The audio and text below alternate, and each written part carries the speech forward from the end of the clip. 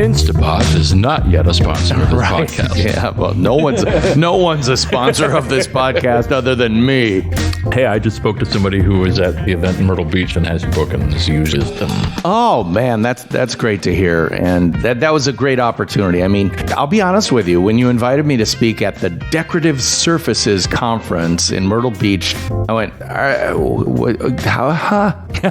What does this have to do with me? Well, but we came up with a really fun idea. I think the title of the talk was "Premium Your Pork Bellies." You know, right. The idea of taking these things that you're selling as a commodity and actually brand them to become a premium product that people want to buy and potentially spend more for. Really interesting talk. Met some really interesting people. And at that conference, I was surprised how much you guys were talking about sustainability issues, you know, all sorts of different side topics and things like that, all rotating around the same central pillar, which was sustainability, of making sure that not only do we have materials that can keep us in business, but materials that actually make our world a better place. Is there such a thing as a material that makes the world a better place? Only one. What's that? Well, so let me back up a little bit. That was a little bit of too much of a bold statement there. But the wood industry in North America, of course, has a nice long heritage going all the way back. Wood as a material is part of the reason we are the people we are today. I wrote an article once that began with the phrase, "Without wood, we wouldn't be here." If you think about it, heat, light, shelter, transportation, you know, wood has been instrumental in our evolution. I don't know if we'd ended up on a planet without wood, what we would be, you know, how far we would have gotten evolutionarily. So I joined this industry as a non-furniture builder, talking about the woodworking industry in North America. And I see all of these companies, you know, and because wood is so ubiquitous around North America, you know, there are lumber operations in every corner. I see all of these companies who are doing everything they possibly can with wood fiber that they harvest, right? And let's just say you move into a forest, you want to set up an operation, you start taking trees out of the forest to make flooring and construction lumber and siding. After those three main products, half of the wood fiber is still laying on the forest floor. So about 50 years ago, these same guys said, well, that's a shame. It's very expensive to go in and harvest all this. What can we make out of the rest of this material?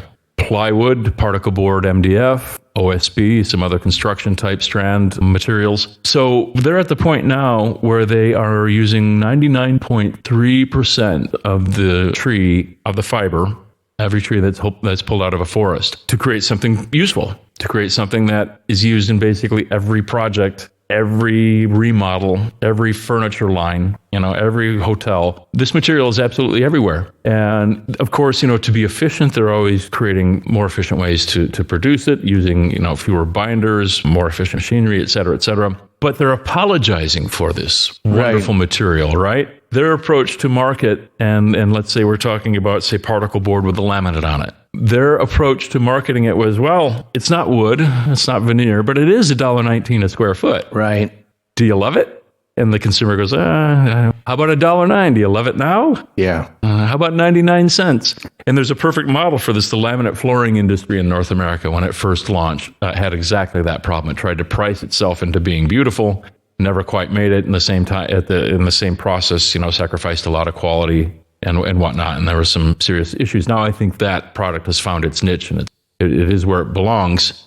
But there were several mistakes that we were slow to learn from that were made in the process of getting there. Well, you kind of hit on it in the previous episode where you talked about value and values, or, you know, in marketing, we call it a value proposition. What is your true value proposition? And it's not just one thing.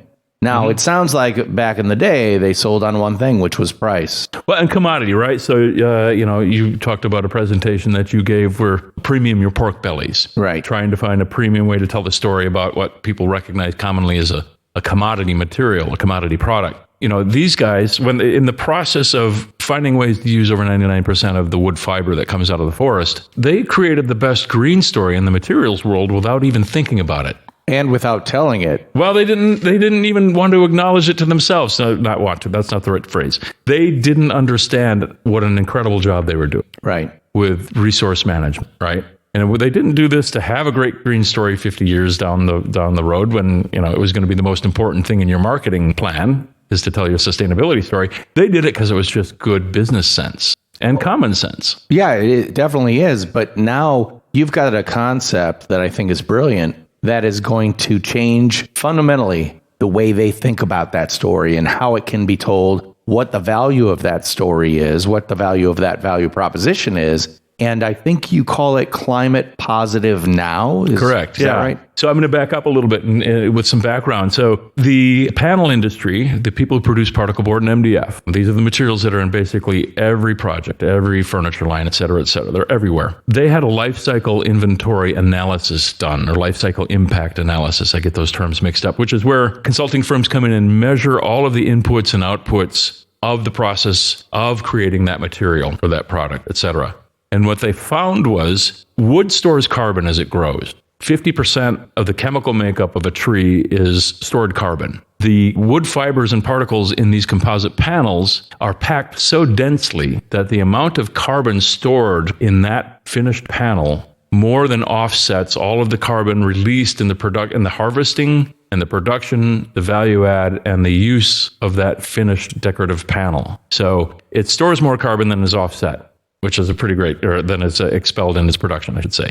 So that's pretty cool, right? That's kind of that's why people are buying carbon credits, right? That's why the airlines are giving you the option when you book a flight. Oh, would you like to buy a carbon offset credit with your ticket? Right. Like, okay, that's faking it, right? These guys are doing it for real. They've known this now for 10 years or so, and they've struggled with ways to tell that story, but they've never really kind of gone full bore. So I was creating an educational article for architects and interior designers. They call them CEUs, Continuing Education Unit articles and presentations. Other industries, other professions have this. Architects and interior designers need a certain number of hours every year of these CEUs to keep their professional accreditation current. So they're required to go out and hunt for these educational opportunities. I was working with one of these big decorative panel companies on this. And we were struggling with the associations in the industry. They have to run all this terminology through legal, and then all their members kind of have to conform to that. So that for a while they were using a term called, they were saying better than carbon neutral. And then legal got a hold of it and said, well, you can't really say that for,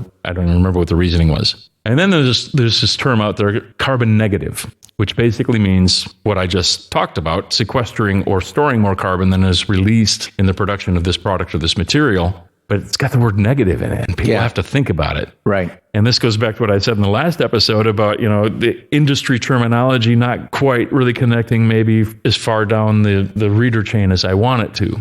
So I was looking for a nicer way to say carbon negative, and I come across this term you mentioned, climate positive. And it was in a headline that said, IKEA plans to be climate positive by 2030. I'm like, oh, climate positive, that sounds pretty good. I read the article. And they say, yes, climate positive is a nicer way to say carbon negative. People don't have to think about it quite so much. And then further into the article, I realized that Kia is their setback is all of the textiles that they source from India. And I don't know if people know this, but production of carpeting and textiles and things like that requires a ton of water. And if they're not doing it right, a ton of chemistry. And it's not all good for the world. So that IKEA is going to work with their suppliers to be climate positive by 2030. Even though, they're using so many of these composite wood panels, they could be climate positive now.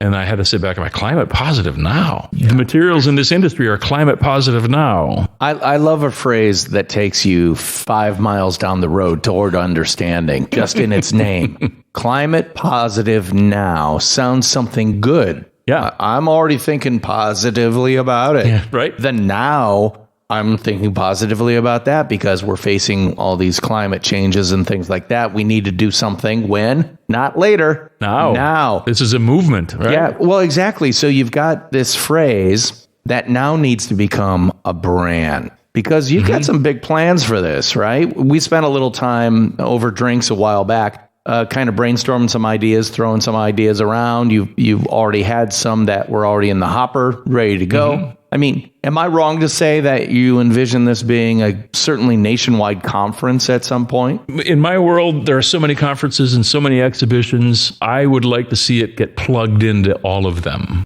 rather than be a standalone event. But part of me is the event organizer that just got off of a hectic week in San Diego putting one of these things together. Right. So the last thing that's on my mind is creating a brand new event. But there's so many different tangents to this, right? What I've learned in creating these events is it's hard to get architects and designers out to the same place where the materials guys are, to the same place where the manufacturers are. But there are already several really powerful events serving each of those markets. Climate Positive now I picture as something that gets plugged in with a skin on it. I guess we're talking about skins like user interfaces that is customized for that audience. Right. But the core of the message is there's a certain category of building materials that is already climate positive. We're not waiting for 2030 and we're not buying offsets. We're climate positive now. So to me, that phrase describes this category of materials, and it's got the urgency of a movement, and it sounds and feels good. This episode of the Nonfiction Brand Podcast is brought to you by Nonfiction Brandversity. It's a free Facebook group dedicated to the art and craft of personal branding, and we'd like to invite you. Just search Nonfiction Brandversity on Facebook and ask to join. You're in, guaranteed. I can't wait to see you on campus.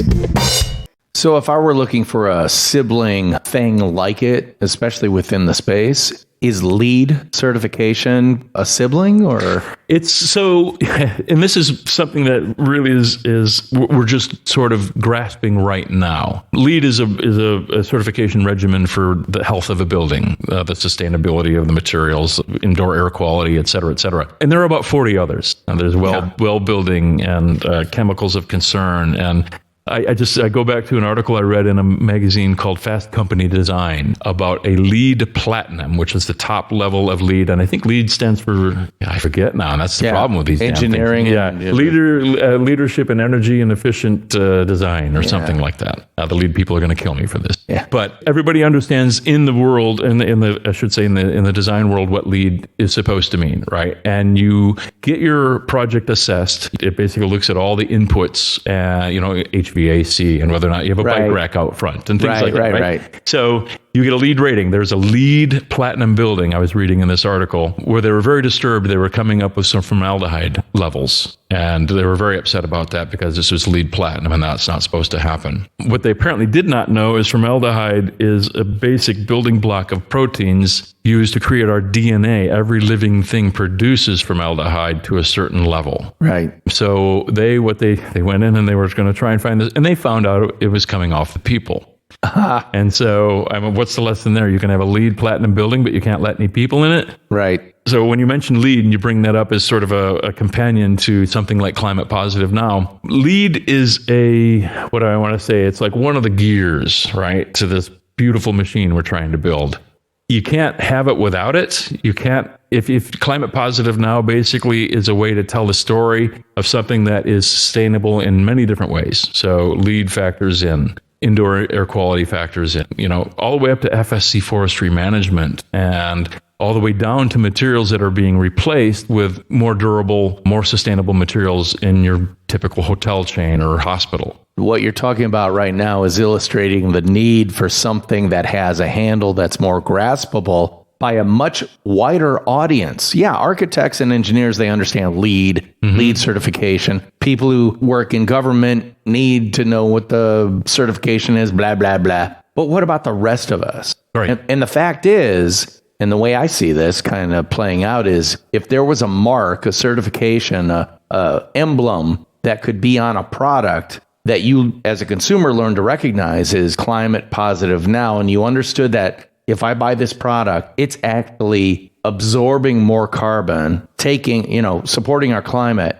That's a value proposition for a whole lot of people. Not everybody cares about that, but a lot of the people who do care about it emotionally very deeply, big way. Yeah. It's a way to start the conversation in my book, right? I talked about this at a conference a couple of weeks ago, and somebody asked, so is this a certification? I said, no.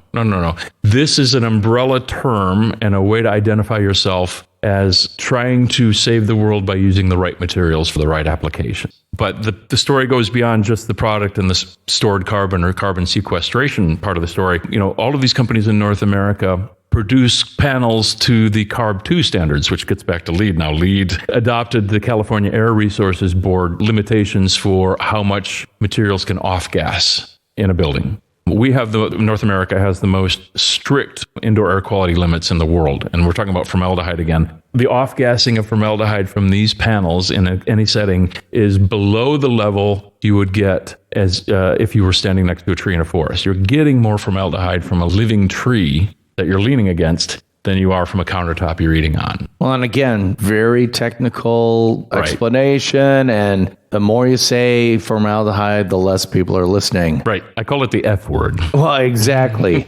But what you're trying to do is create a new brand entity, Climate Positive Now, that can short circuit all that technical talk, but make people understand that, there's a net benefit to purchasing this, specifying it, recommending it, referring it. Bragging about it. Exactly. And that's the key thing.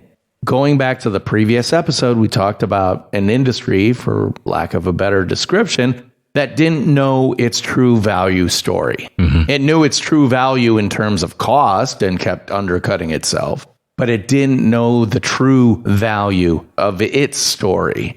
That's what nonfiction branding is about. It's about finding your true valuable and value story and telling it in a way that people get. So when you say, hey, I'm Kenn Busch and I'm of Climate Positive Now, I'm already leaning in a little bit going, okay, that sounds interesting. As opposed to, hey, I'm Kenn Busch of the Institute for blah-blah-blah formaldehyde, blah, blah, blah. Right. And that's so important because, again, you only get one first impression, right? One chance to make a good impression. Climate Positive Now has a really net positive impression on a lot of people. Not everybody. No. But a whole lot of people. And guess what? That number is only going to go up. As you mentioned, students who are going to be the next generation of architects and engineers and builders, developers, specifiers, purchasing managers, they're going to want to know that what they're buying has a net positive effect, not only on their bottom line or their budgets, but also on the sustainability of the planet they're going to be forced to live on. Right. Yeah. And it really is not too hard to do. We're not reinventing the wheel to get there. We are re-examining the history and all of the inputs of this, again, major category of building materials that are used everywhere, but nobody thinks about, right? So part of this inspiration came up from listening to a materials distributor say, I'm having trouble selling green materials. Right. Green materials just aren't selling, and they're actually on the decline. And I asked her what she meant by that. She said, well, anything that has green in the description is just assumed to be more expensive. Right. And I confirmed this with the designers that I talked to. It's like, yeah, how are you having luck specifying, all the green products you want? And they're like, we go back to the client, and the client always says, yeah, green, it's probably mean there's a 10% premium, so skip that. Just get the normal stuff. But in reality, the material that she is selling as her standard, this distributor is selling as her standard line, begins life as recovered wood fiber. It's essentially recycled. It sequesters more carbon than the same volume of a chunk of solid wood. Hey, Nonfiction Branders, did you know I wrote a book? Well, I did, and it's called Rotoma, the ROI of Social Media Top of Mind. I wrote it with my colleague Spencer X. Smith, and it's all about Rotoma, an acronym that means Return on Top of Mind Awareness. Best-selling author and NYU Stern School of Business professor Scott Galloway called it a book that starches the fluff from social media and helps managers allocate capital and find the unicorn among unicorns, ROI. And Chief Content Officer at Marketing Profs, Ann Handley said, this isn't just a practical way to think about the return on social media, it's also a spot-on, accurate way to reframe your social efforts. Check out all the 5-star reviews on Amazon by searching Rotoma, ROTOMA.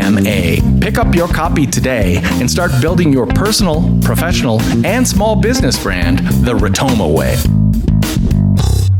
Well, and those are all great stories, but it's not necessarily the lead. And I don't mean LEED, I mean LEDE. or LEAD, depending on how you like to spell it. If you're a journalist, you know that a lead is LEDE because LEAD is lead or leading. That's true. Yeah. Okay, that's a little bit of too much typographic inside jokery.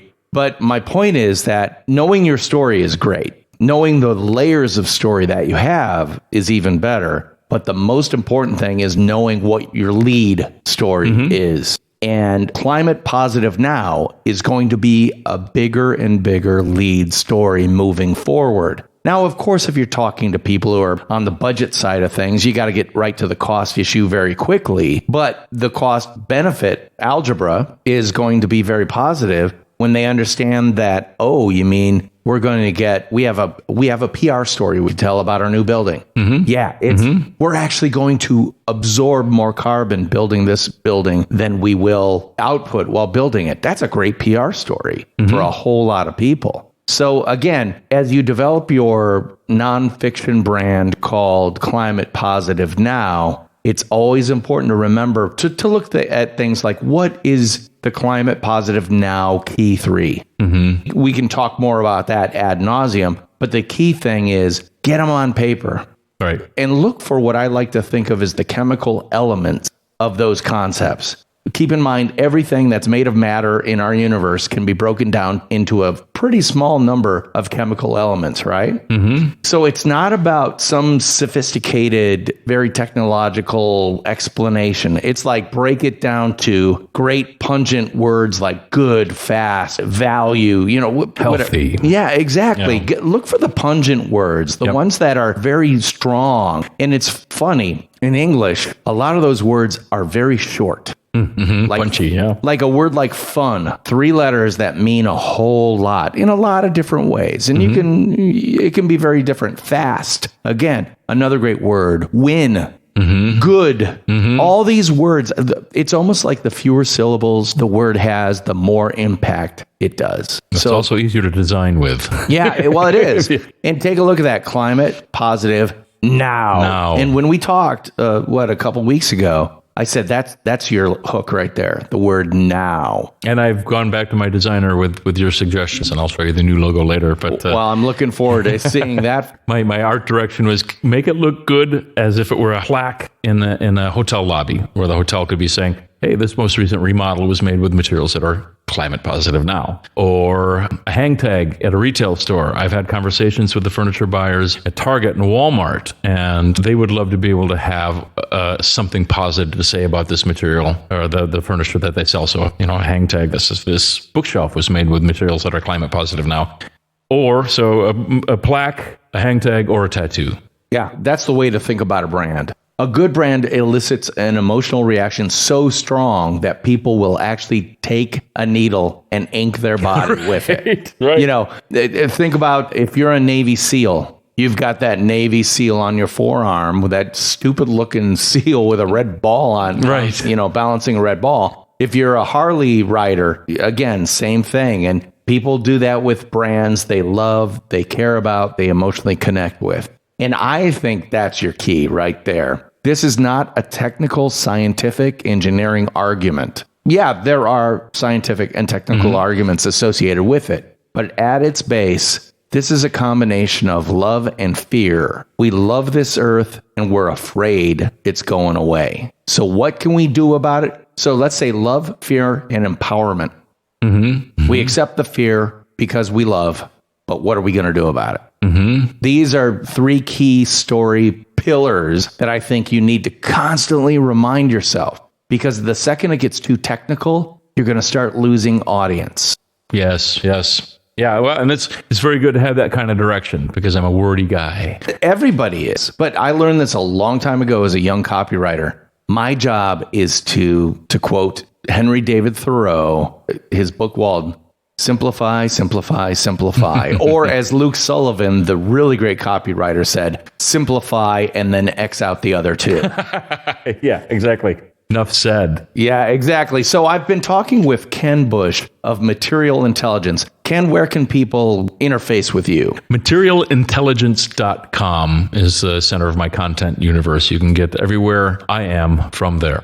If you're a designer, an engineer, an architect, or anyone who's involved with renovating, specifying, getting new construction done, you should really check out what Kenn's doing, especially with the Climate Positive Now movement. I'm going to call it a movement because that's what it should be. It should be this flag that has thousands of people behind it saying, this is not us about saying bad things about the environment. This is us taking positive, forward-moving action, and we can all do it together, including manufacturers, including builders, including governments, including people on the street. We can all work together to be climate positive now. That's the manifesto, baby. I love it. I love it. I'm sold. Where do I buy this? Yeah, well, exactly. Well, that's about it for the Nonfiction Brand podcast today. I'm DP Knudten for the Nonfiction Brand podcast, and he is Kenn Busch from Material Intelligence. And I'll talk to you guys next time. Bye-bye. Brought to you by Instapot. Well, exactly.